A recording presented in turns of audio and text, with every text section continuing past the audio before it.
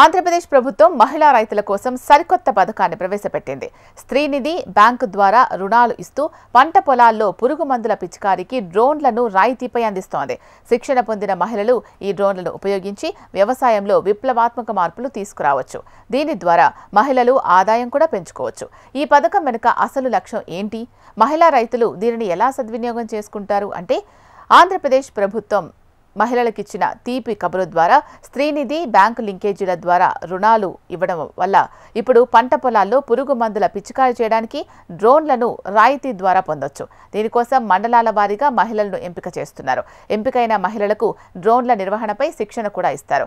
చాలా మంది రైతులు వరి, కూరగాయలు పండిస్తారు. ఈ పంటలకు తెగుళ్లు వస్తే పురుగు మందులు పిచికారీ చేయడానికి మహిళలకు డ్రోన్లు ఉపయోగపడతాయి.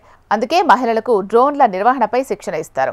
డ్రోన్ల నిర్వహణపై ఆసక్తి చూపించిన వారి పేర్లను జిల్లా గ్రామీణాభివృద్ధి సంస్థ అధికారులు వారి గ్రామీణ పేదరిక నిర్మూలన సంస్థ ప్రభుత్వానికి పంపిస్తారు.